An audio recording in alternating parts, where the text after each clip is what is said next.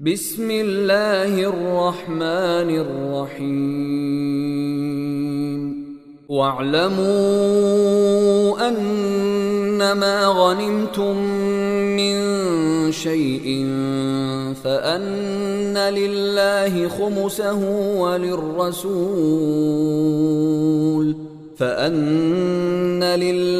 خمسه وللرسول ولذي القربى واليتامى والمساكين وابن السبيل إن كنتم آمنتم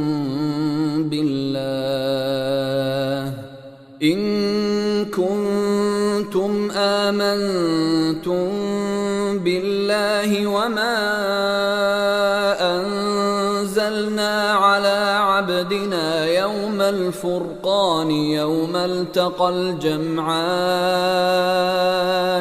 والله على كل شيء قدير.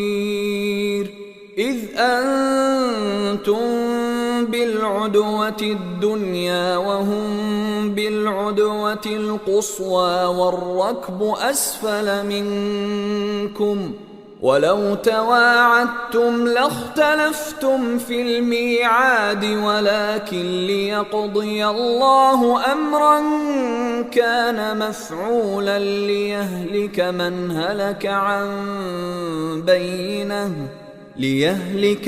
هلك عن بينة ويحيى من حي عن بينة وإن الله لسميع عليم. إذ يريكهم الله في منامك قليلا ولو أراكهم كثيرا لفشلتم ولتنازعتم في الأمر ولكن الله سلم إنه عليم بذات الصدور. وإذ يريكموهم إذ التقيتم في أعينكم قليلا ويقللكم في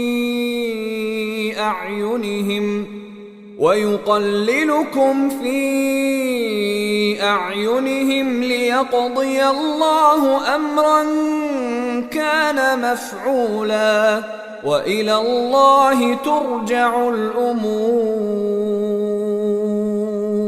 يا أيها الذين آمنوا إذا لقيتم فئة فاثبتوا واذكروا الله كثيرا لعلكم تفلحون.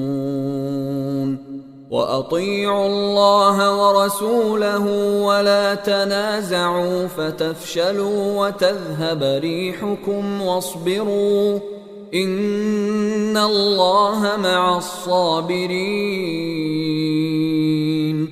ولا تكونوا كالذين خرجوا من ديارهم بطرا ورئاء الناس ويصدون عن سبيل الله والله بما يعملون محيط. وإذ زين لهم الشيطان أعمالهم وقال لا غالب لكم اليوم من الناس وإني جار لكم فلما تراءت الفئتان نكص على عقبيه وقال إني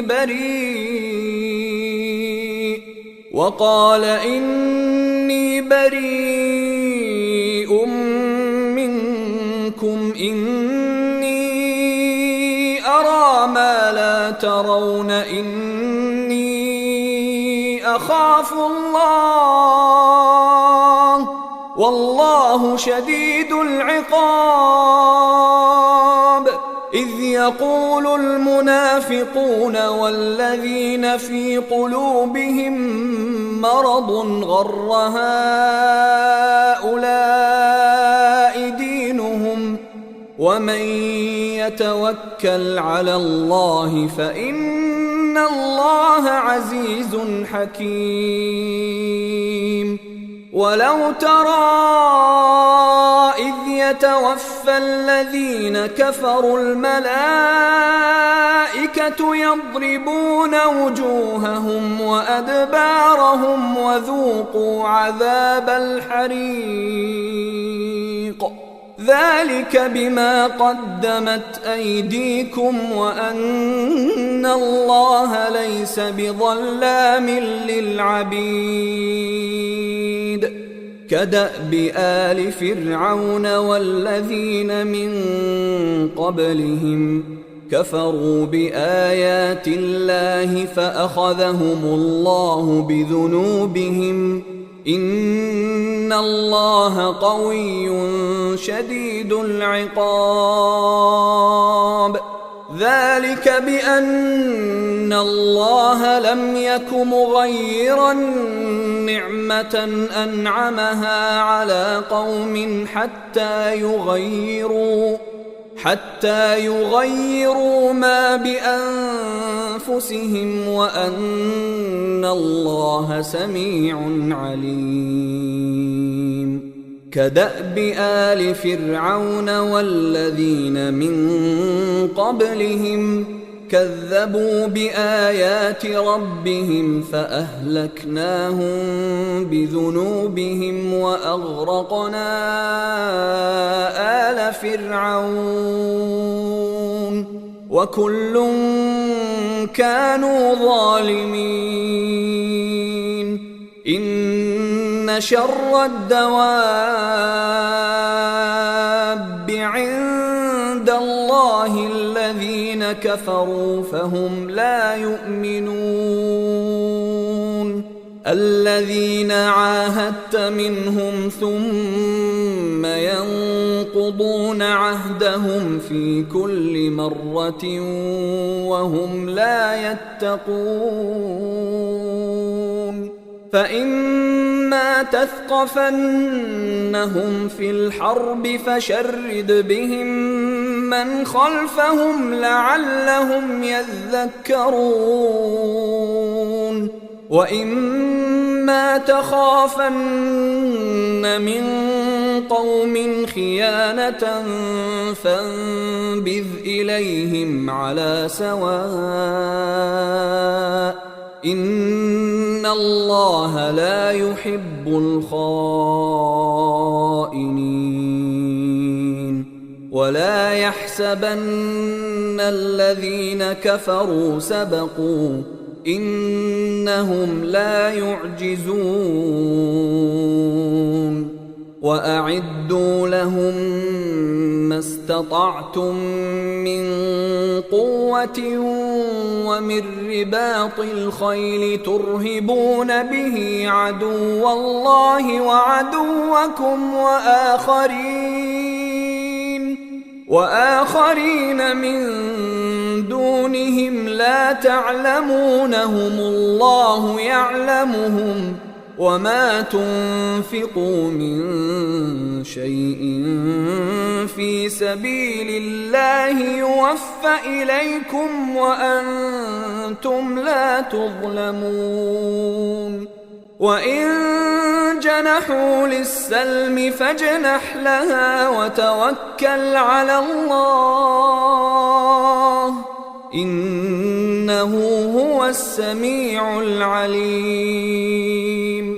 وإن يريدوا أن يخدعوك فإن حسبك الله هو الذي أيدك بنصره وبالمؤمنين وألف بين قلوبهم لو أنفقت ما في الأرض جميعا ما ألفت بين قلوبهم ولكن الله ألف بينهم إنه عزيز حكيم. يا أيها النبي حسبك الله ومن اتبعك من المؤمنين. يا أيها النبي حرض المؤمنين على القتال، إن يكن منكم 20 صابرون يغلبوا 200، وإن يكن منكم 100 يغلبوا 1000 من الذين كفروا بأنهم قوم لا يفقهون. الآن خفف الله عنكم وعلم أن فيكم ضعفا، فإن يكن منكم 100 صابرة يغلبوا 200، وإن يكن منكم 1000 يغلبوا 2000 بإذن الله، والله مع الصابرين. ما كان لنبي أن يكون له أسرى حتى يثخن في الأرض، تريدون عرض الدنيا والله يريد الآخرة، والله عزيز حكيم. لولا كتاب من الله سبق لمسكم فيما أخذتم عذاب عظيم، فكلوا مما غنمتم حلالا طيبا واتقوا الله إن الله غفور رحيم. يا أيها النبي قل لمن في أيديكم من الأسرى إن يعلم الله في قلوبكم خيرا يؤتكم خيرا مما أخذ منكم ويغفر لكم، والله غفور رحيم.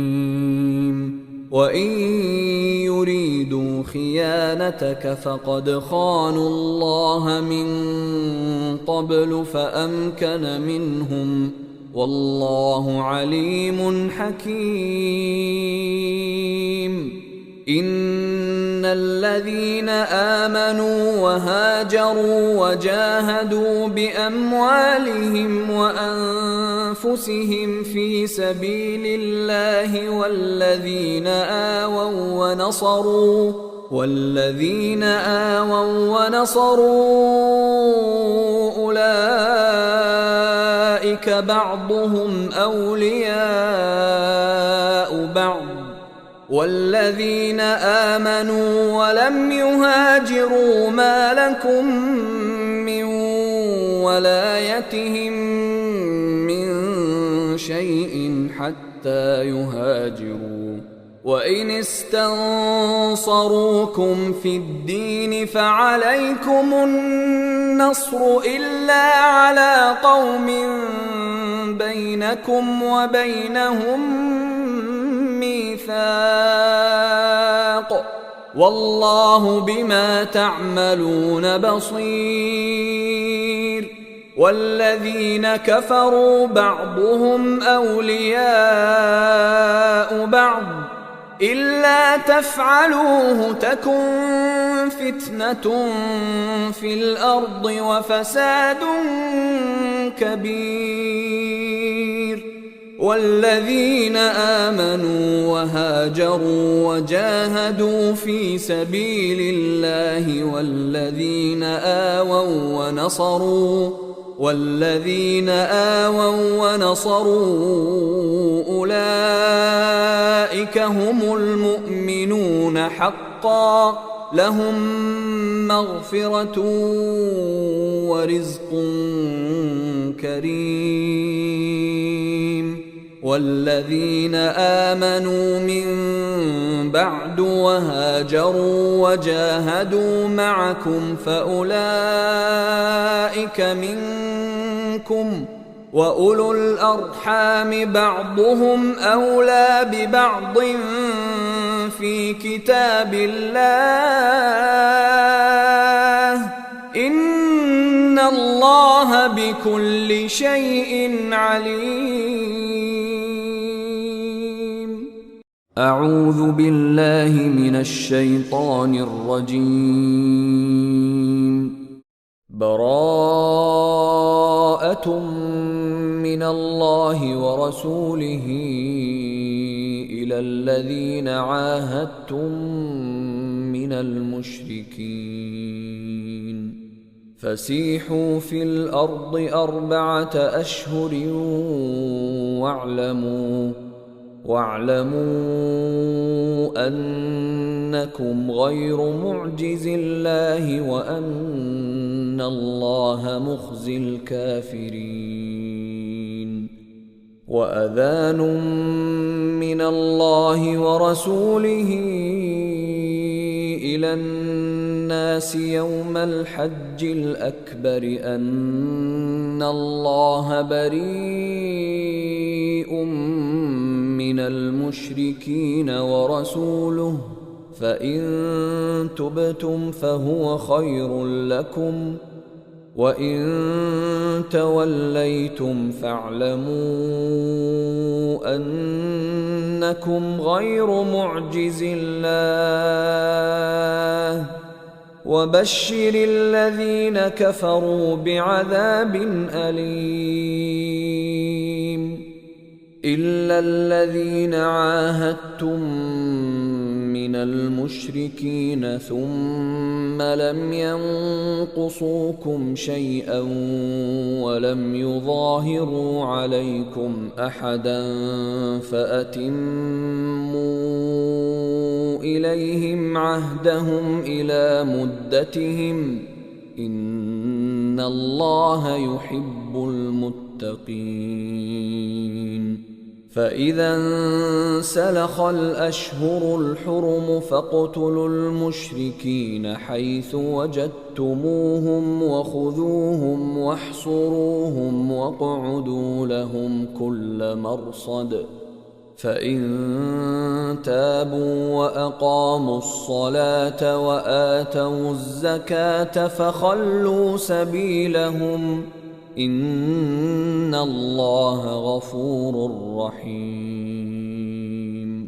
وإن أحد من المشركين استجارك فأجره حتى يسمع كلام الله ثم أبلغه مأمنه ذلك بأنهم قوم لا يعلمون.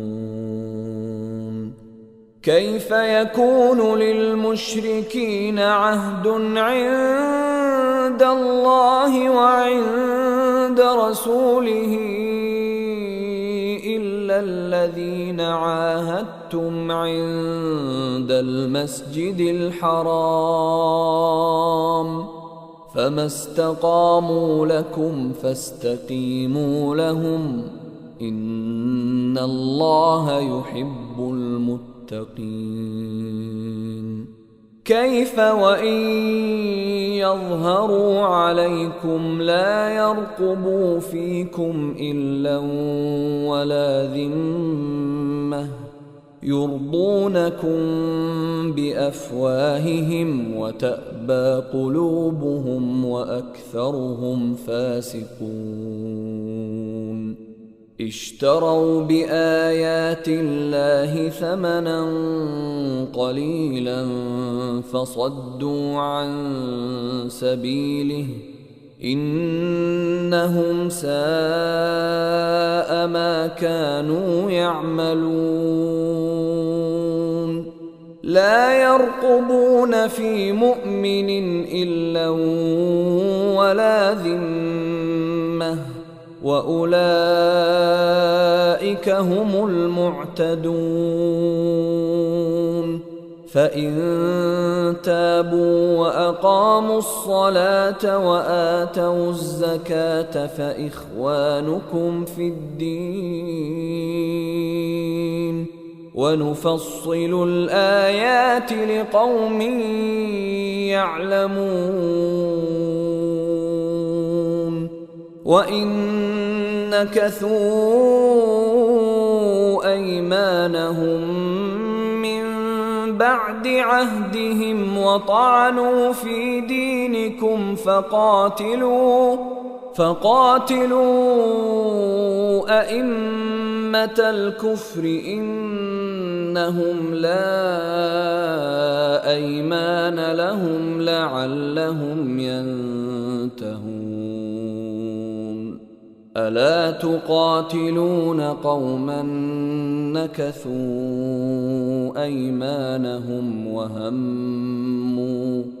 وهموا بإخراج الرسول وهم بدؤوكم أول مرة أتخشونهم فالله أحق أن تخشوه إن كنتم مؤمنين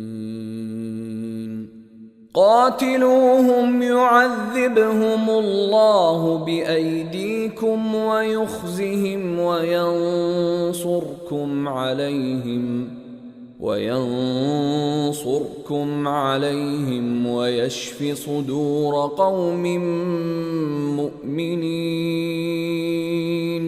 ويذهب غيظ قلوبهم ويتوب الله على من يشاء والله عليم حكيم أم حسبتم أن تتركوا ولما يعلم الله الذين جاهدوا منكم ولم يتخذوا من دون الله ولا رسوله ولا المؤمنين وليجة والله خبير بما تعملون ما كان للمشركين أن يعمروا مساجد الله شاهدين على أنفسهم بالكفر أولئك حبطت أعمالهم وفي النار هم خالدون إنما يعمر مساجد الله من آمن بالله واليوم الآخر وأقام الصلاة وآتى الزكاة ولم يخش إلا الله فعسى أولئك أن يكونوا من المهتدين أجعلتم سقاية الحاج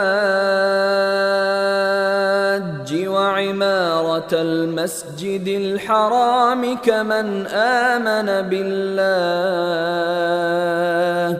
كمن آمن بالله واليوم الآخر وجاهد في سبيل الله لا يستوون عند الله والله لا يهدي القوم الظالمين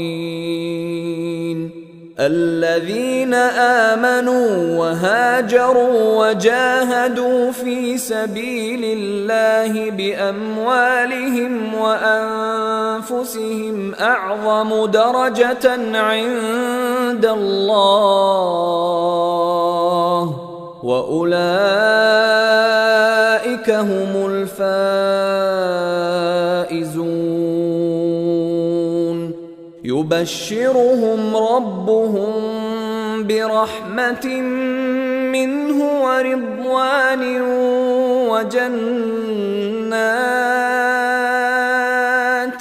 وجنات لهم فيها نعيم مقيم خالدين فيها أبدا إن الله عنده أجر عظيم. يا أيها الذين آمنوا لا تتخذوا آباءكم وإخوانكم أولياء إن استحبوا الكفر على الإيمان ومن يتولهم منكم فأولئك هم الظالمون. قل إن كان آباؤكم وأبناؤكم وإخوانكم وأزواجكم وعشيرتكم وأموال اقترفتموها وتجارة تخشون كسادها ومساكن ترضونها أحب إليكم من الله ورسوله وجهاد في سبيله فتربصوا حتى يأتي الله بأمره والله لا يهدي القوم الفاسقين. لقد نصركم الله في مواطن كثيرة ويوم حنين إذ أعجبتكم كثرتكم فلم تغن عنكم شيئا وضاقت عليكم الأرض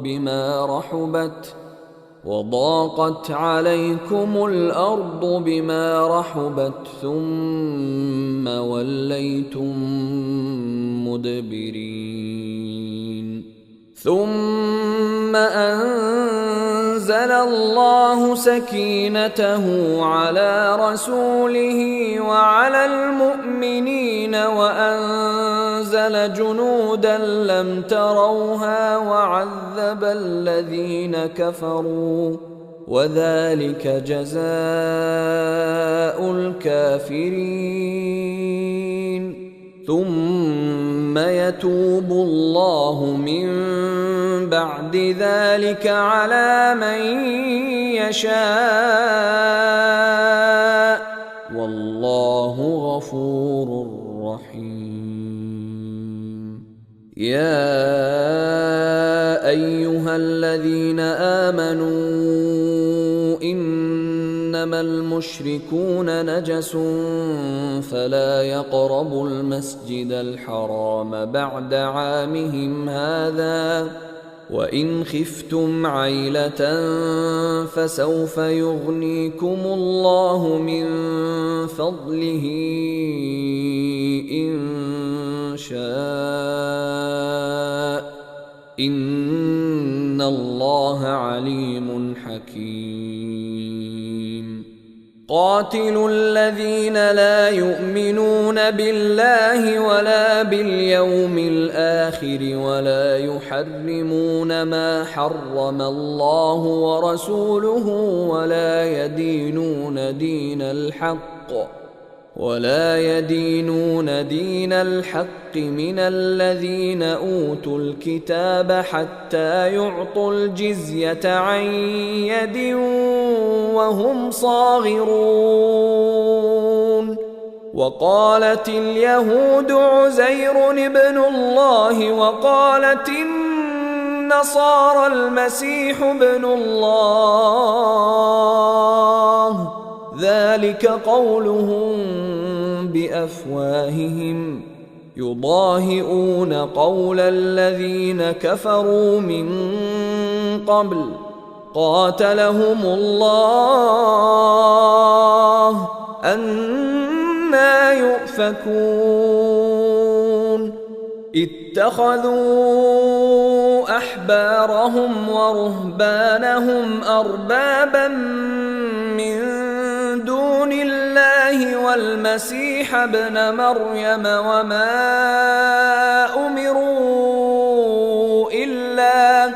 وما أمروا إلا ليعبدوا إلها واحدا لا إله إلا هو سبحانه عما يشركون يريدون أن يطفئوا نور الله بأفواههم ويأبى الله إلا أن يتم نوره ولو كره الكافرون هو الذي أرسل رسوله بالهدى ودين الحق ليظهره على الدين كله ولو كره المشركون يا أيها الذين آمنوا إن كثيرا من الأحبار والرهبان ليأكلون أموال الناس بالباطل ويصدون عن سبيل الله والذين يكنزون الذهب والفضة ولا ينفقونها في سبيل الله فبشرهم بعذاب أليم يوم يحمى عليها في نار جهنم فتكوى بها جباههم وجنوبهم وظهورهم هذا ما كنزتم لأنفسكم فذوقوا ما كنتم تكنزون إن عدة الشهور عند الله 12 شهرا في كتاب الله يوم خلق السماوات والأرض منها 4 حرم ذلك الدين القيم فلا تظلموا فيهن أنفسكم وقاتلوا المشركين كافة كما يقاتلونكم كافة واعلموا أن الله مع المتقين إنما النسيء زيادة في الكفر يضل به الذين كفروا يحلونه عاما ويحرمونه عاما ليواطئوا عدة ما حرم الله فيحلوا ما حرم الله زين لهم سوء أعمالهم والله لا يهدي القوم الكافرين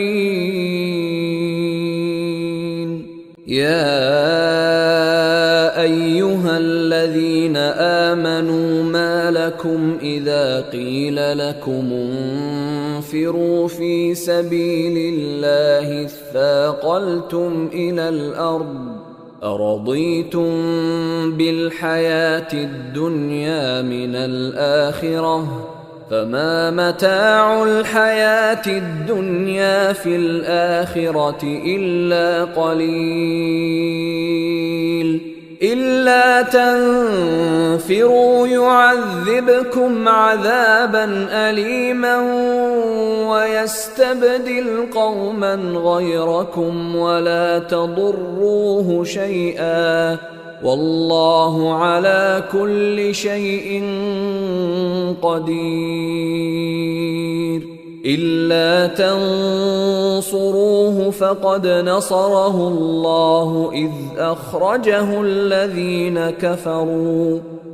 أخرجه الذين كفروا ثاني اثنين إذ هما في الغار إذ يقول لصاحبه لا تحزن إن الله معنا فأنزل الله سكينته عليه وأيده بجنود لم تروها وجعل كلمة الذين كفروا السفلى وكلمة الله هي العليا والله عزيز حكيم.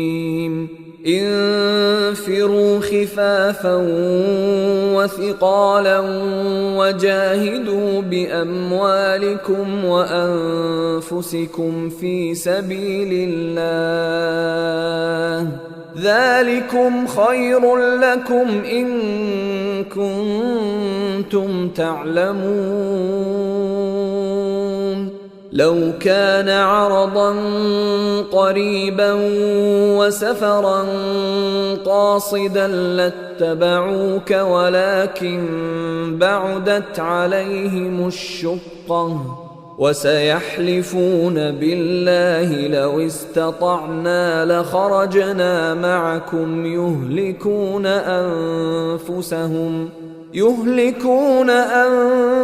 أنفسهم والله يعلم إنهم لكاذبون.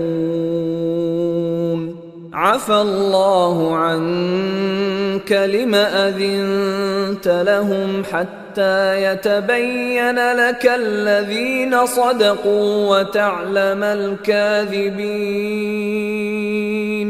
لا يستأذنك الذين يؤمنون بالله واليوم الآخر أن يجاهدوا بأموالهم وأنفسهم والله عليم بالمتقين.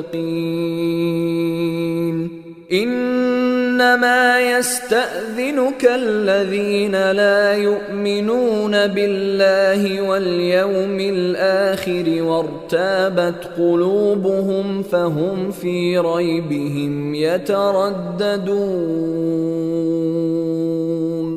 ولو أرادوا الخروج لأعدوا له عدة ولكن كره الله بعاثهم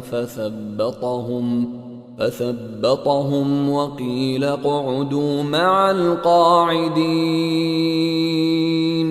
لو خرجوا فيكم ما زادوكم إلا خبالا ولأوضعوا خلالكم يبغونكم الفتنة وفيكم سماعون لهم والله عليم بالظالمين. لقد ابتغوا الفتنة من قبل وقلبوا لك الأمور حتى جاء الحق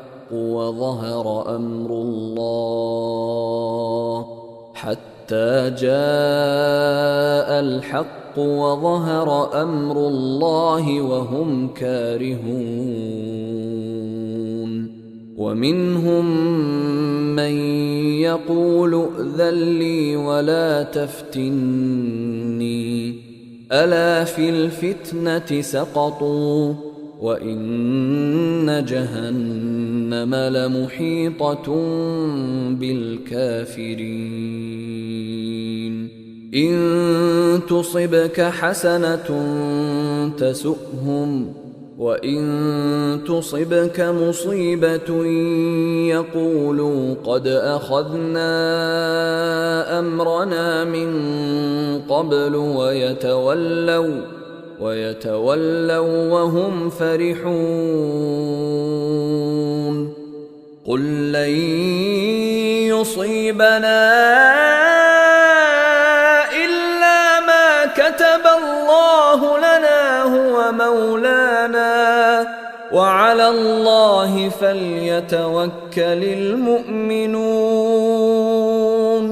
قل هل تربصون بنا إلا إحدى الحسنيين ونحن نتربص بكم أن يصيبكم الله بعذاب من عنده أو بأيدينا فتربصوا إنا معكم متربصون.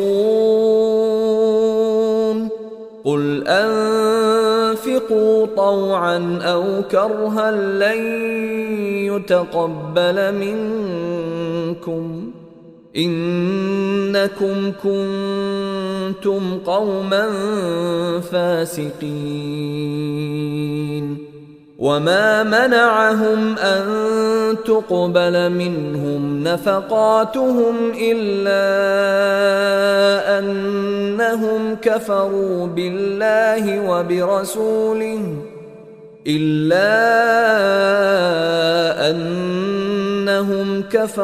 بالله وبرسوله ولا يأتون الصلاة إلا وهم كسالى ولا ينفقون إلا وهم كارهون. فلا تعجبك أموالهم ولا أولادهم إنما يريد الله ليعذبهم بها في الحياة الدنيا وتزهق أنفسهم وهم كافرون. ويحلفون بالله إنهم لمنكم وما هم منكم ولكنهم قوم يفرقون. لو يجدون ملجأ أو مغارات أو مدخلا لولوا إليه وهم يجمحون. ومنهم من يلمزك في الصدقات فإن أعطوا منها رضوا وإن لم يعطوا منها إذا هم يسخطون. ولو أنهم رضوا ما آتاهم الله ورسوله وقالوا حسبنا الله سيؤتينا الله من فضله ورسوله إنا إلى الله راغبون. إنما الصدقات للفقراء والمساكين والعاملين عليها والمؤلفة قلوبهم وفي الرقاب والغارمين وفي سبيل الله وابن السبيل فريضة من الله والله عليم حكيم.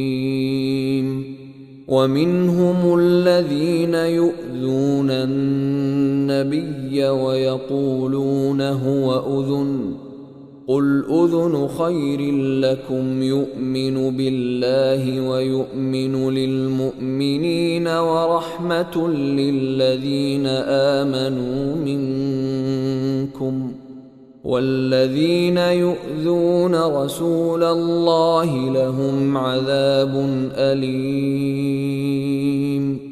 يحلفون بالله لكم ليرضوكم والله ورسوله أحق أن يرضوه إن كانوا مؤمنين.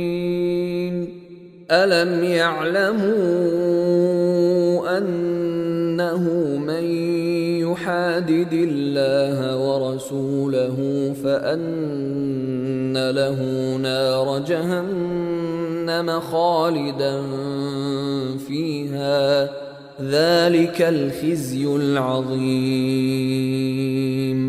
يحذر المنافقون أن تنزل عليهم سورة تنبئهم بما في قلوبهم قل استهزئوا إن الله مخرج ما تحذرون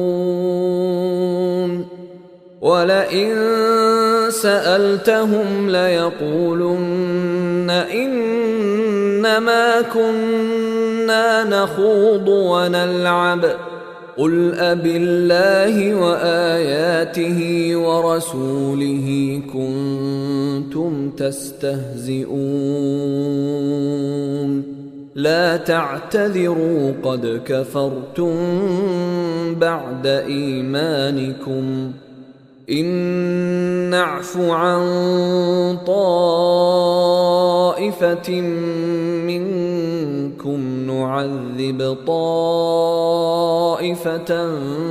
بأنهم كانوا مجرمين.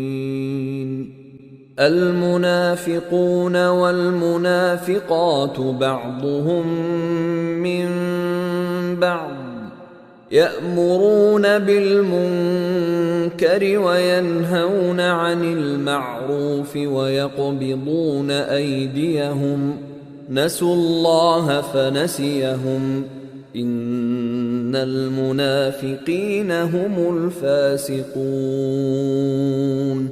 وعد الله المنافقين والمنافقات والكفار نار جهنم خالدين فيها هي حسبهم ولعنهم الله ولهم عذاب مقيم. كالذين من قبلكم كانوا أشد منكم قوة وأكثر أموالا وأولادا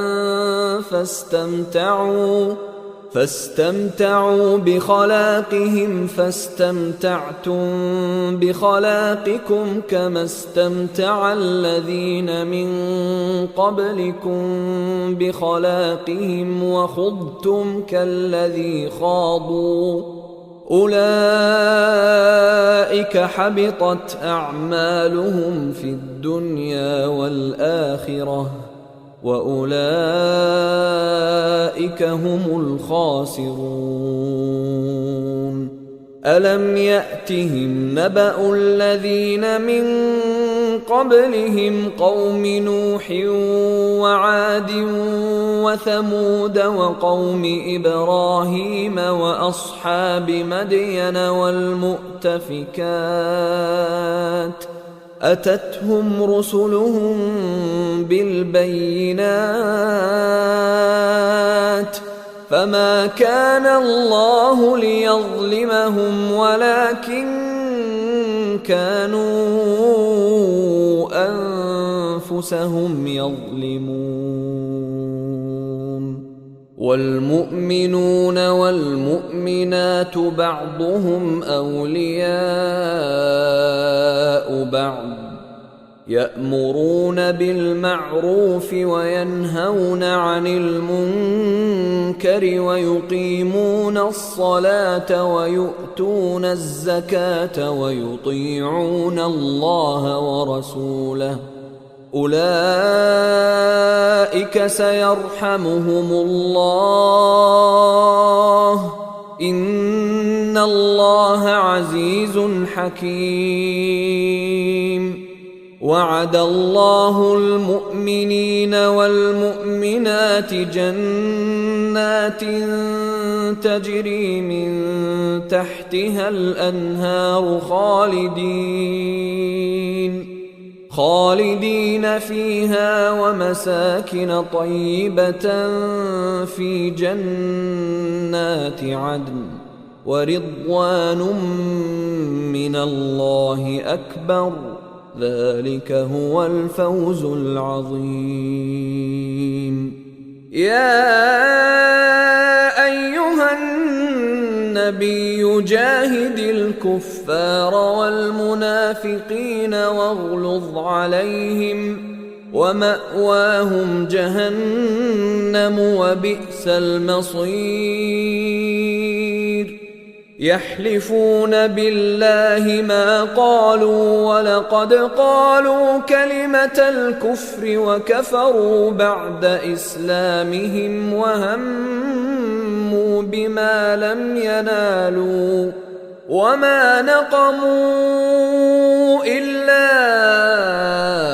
أن أغناهم الله ورسوله من فضله فإن يتوبوا يك خيرا لهم وإن يتولوا يعذبهم الله عذابا أليما في الدنيا والآخرة وما لهم في الأرض من ولي ولا نصير.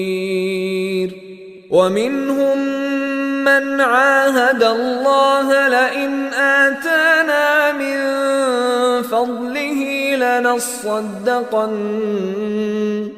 لنصدقن ولنكونن من الصالحين. فلما آتاهم من فضله بخلوا به وتولوا وهم معرضون. فأعقبهم نفاقا في قلوبهم إلى يوم يلقونه بما أخلفوا الله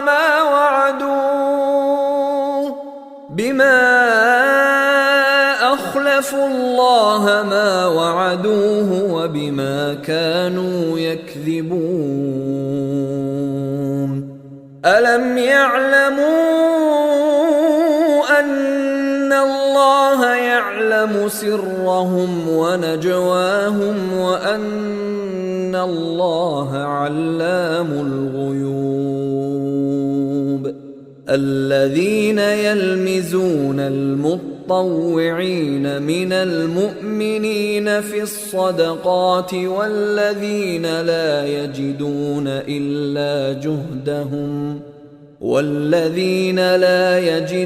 إلا جهدهم فيسخرون منهم سخر الله منهم ولهم عذاب أليم. استغفر لهم أو لا تستغفر لهم إن تستغفر لهم 70 مرة فلن يغفر الله لهم ذلك بأنهم كفروا بالله ورسوله والله لا يهدي القوم الفاسقين. فرح المخلفون بمقعدهم خلاف رسول الله وكرهوا أن يجاهدوا بأموالهم وأنفسهم في سبيل الله وقالوا لا تنفروا في الحر قل نار جهنم أشد حرا لو كانوا يفقهون. فليضحكوا قليلا وليبكوا كثيرا جزاء بما كانوا يكسبون. فإن رجعك الله إلى طائفة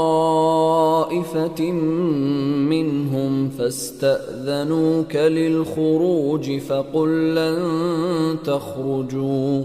فقل لن تخرجوا معي أبدا ولن تقاتلوا معي عدوا إنكم رضيتم بالقعود أول مرة فاقعدوا مع الخالفين ولا تصل على أحد منهم مات أبدا ولا تقم على قبره إنهم كفروا بالله ورسوله وماتوا وهم فاسقون ولا تعجبك أموالهم وأولادهم إنما يريد الله أن يعذبهم بها في الدنيا وتزهق أنفسهم وهم كافرون وإذا أنزلت سورة أن آمنوا بالله وجاهدوا مع رسوله استأذنك أولو الطول منهم وقالوا ذرنا نكن مع القاعدين رضوا بأن يكونوا مع الخوالف وطبع على قلوبهم فهم لا يفقهون لكن الرسول والذين آمنوا معه جاهدوا بأموالهم وأنفسهم وأولئك لهم الخيرات وأولئك هم المفلحون أعد الله لهم جنات تجري من تحتها الأنهار خالدين فيها ذلك الفوز العظيم وجاء المعذرون من الأعراب ليؤذن لهم وقعد الذين كذبوا الله ورسوله سيصيب الذين كفروا منهم عذاب أليم ليس على الضعفاء ولا على المرضى ولا على الذين لا يجدون ما ينفقون حرج إذا نصحوا لله ورسوله ما على المحسنين من سبيل والله غفور رحيم ولا على الذين إذا ما أتوك لتحملهم قلت لا أجد ما أحملكم عليه تولوا وأعينهم تفيض من الدمع حزنا ألا يجدوا ما ينفقون إنما السبيل على الذين يستأذنونك وهم أغنياء رضوا بأن يكونوا مع الخوالف وطبع الله على قلوبهم فهم لا يعلمون